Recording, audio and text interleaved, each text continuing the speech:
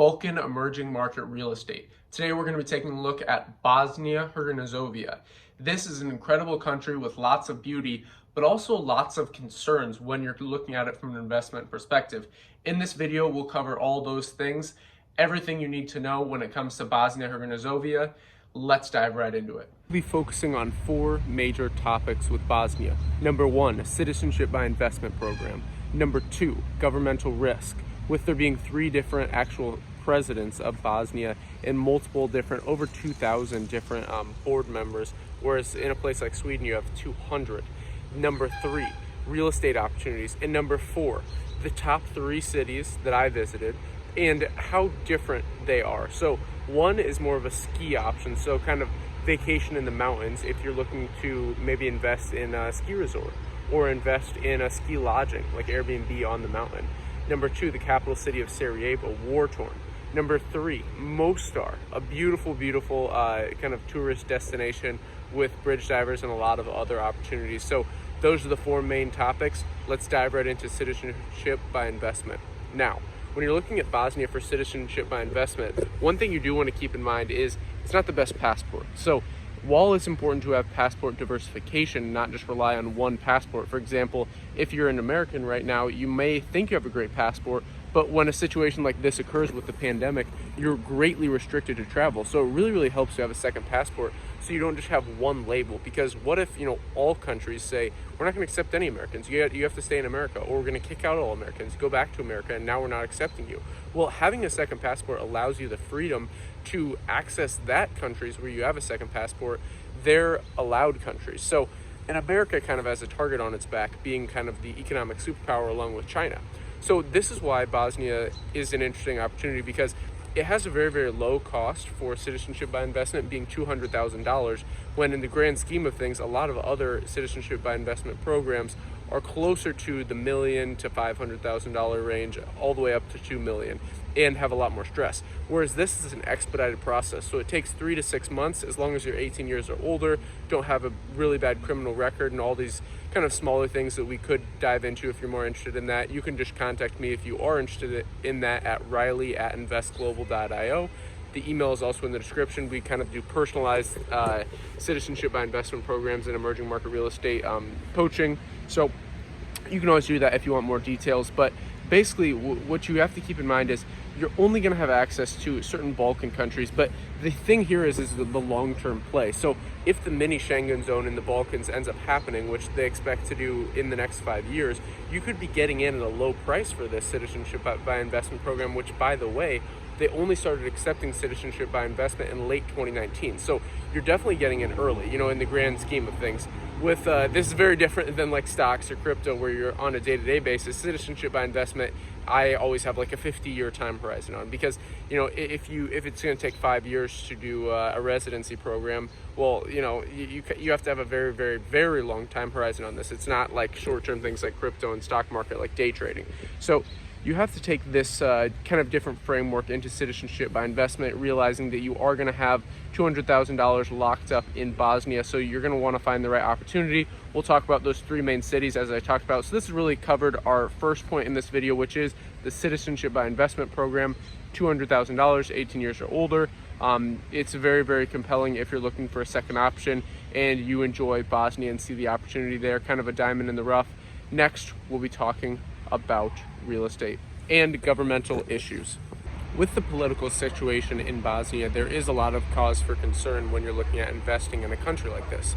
It is a very diamond in the rough, as I said before, because the wars were so recent and there's still a lot of issues in the government and in politics in general, which what country is without issues? So this is one of those things definitely to keep in mind. I would keep an eye on the political situation, but again, this is priced into the real estate. So the real estate fits our ultra cheap category. So $1,000 per square meter or below.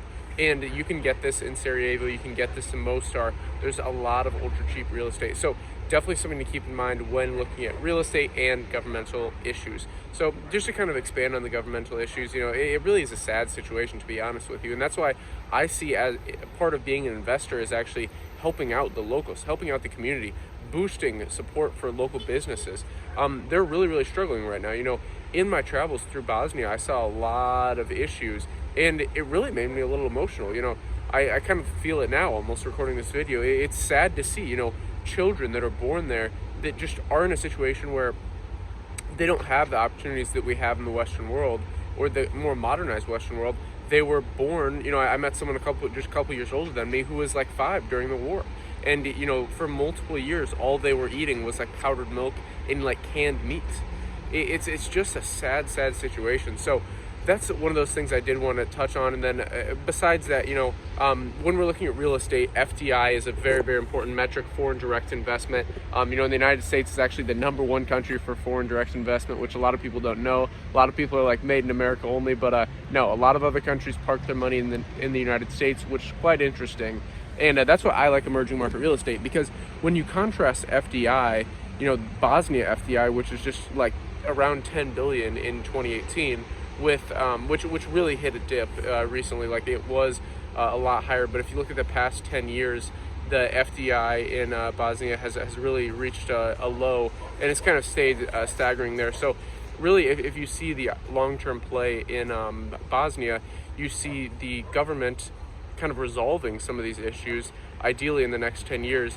And with this, it'll be priced in again with real estate. So as they resolve a lot of the political issues, real estate will go up in price, and it always lags along. It's never an exact bet. It's not exactly parallel, but it's important to keep a look at the FDI charts, because again, as I said, in America, it's around trillions. It's like 1.5 trillion per year, whereas Bosnia is like 10 billion. And this is why I think there is a decent opportunity when you're looking at real estate in Bosnia. So, all right, my top 3 cities for investing in Bosnia would be #1, Sarajevo, the capital, #2, Mostar, and then #3, Jaharina. I messed up the name a lot in Jaharina, but it's a beautiful, beautiful ski town. We'll start with #3 and then move up to #1. So this type of investing would be more in investing maybe partially into a ski resort, or a like ski lift.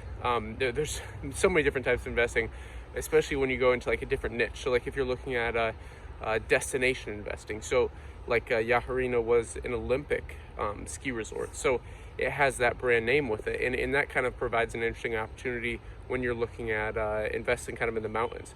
Beautiful. My time there, I really enjoyed skiing. The infrastructure is actually really nice. There are some sketchy roads. I ended up driving from where I'm here in Podgorica. I just returned, so basically I had a car for an extended period of time, drove through Bosnia, kind of hit all these top 3 destinations, and Jaharina was the first one. Did some skiing there around Christmas time, and the roads getting there are a bit dangerous, but again, most people are flying into Sarajevo and then traveling from there. Most people would hire a car. So it was interesting kind of exploring the infrastructure, but again, it just shows the opportunity when you're looking at a 10 to 20 year time horizon. I always like to talk about Dubai. Dubai was able to, in 2 decades really explode. Just went from kind of being a desert where not a lot of people knew about to an insane economic hub. I mean, it's one of the top destinations now, and it's kind of flipping. What took New York like 200 years to do, now other places are doing in 20 years. Well, now we can see, like, as exponential innovation increases, what can happen in 2 years just in Bosnia. So I'd love to go back in 2 years and see exactly what has changed.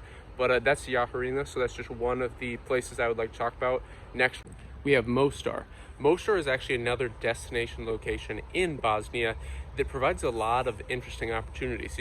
Not just from the standpoint of, where Jaharina was one where it's just like one type of kind of destination investing. Mostar actually has a ton of different things. The tourism there is absolutely incredible. It's one of the top tourist destinations in Bosnia, even sometimes over Sarajevo, the capital city, which we'll be talking about next. But Mostar, I was just absolutely in love with. Even though it was kind of dead season, there's so much opportunity there. You have a beautiful river that runs through it, where you have these famous bridge divers, which I actually got to have coffee with. Shout out to them. Definitely go check them out and have coffee with them, ask them about their history. It's absolutely insane. They've been diving off that old bridge even before the war. It was destroyed, and during the war they were even holding competitions. I shouldn't have that Montenegro flag while we're talking about Bosnia, but I'm here in Podgorica.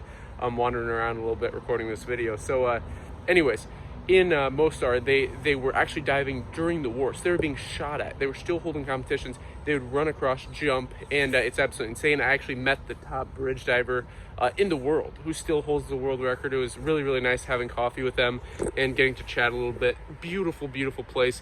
There's so much opportunity there with tourism, especially in the years to come. You have the old bridge, you have beautiful restaurants with incredible local Bosnian food right on the river there. And then you also have, you know, the beautiful bridges, the beautiful sights. You have hiking, a lot of opportunity in Mostar. So next, Sarajevo. Being the capital, there's always a lot of interest in Sarajevo, but I think one of the things that detracts a lot of people is all the bullet holes in the buildings. I mean, you want to talk about a diamond in the rough. If you're buying an apartment, you might be buying an apartment in one of the many buildings, pretty much all of them, if they've been around for over 20 years, that has bullet holes in them. So if you want to talk about, you know, again, investing in emerging market real estate, this is the forefront of it, in my opinion. So let me again get away from that Bosnia Montenegro flag, move it over here. So we're talking about Bosnia here. So anyway, Sarajevo is absolutely incredible. You know, I can't even cover all the things. That would take a whole nother video, but just investing in Sarajevo, like I said, is a whole nother video in itself. There's so much opportunity here. You know, tons of tourists come, beautiful markets, a lot of opportunity. A lot of people online say it's like a sad city to visit, but there's so much history. Highly recommend you do a tour. Go search Funky Tours if you're in Sarajevo. Highly recommend them. They definitely helped us out while we were there.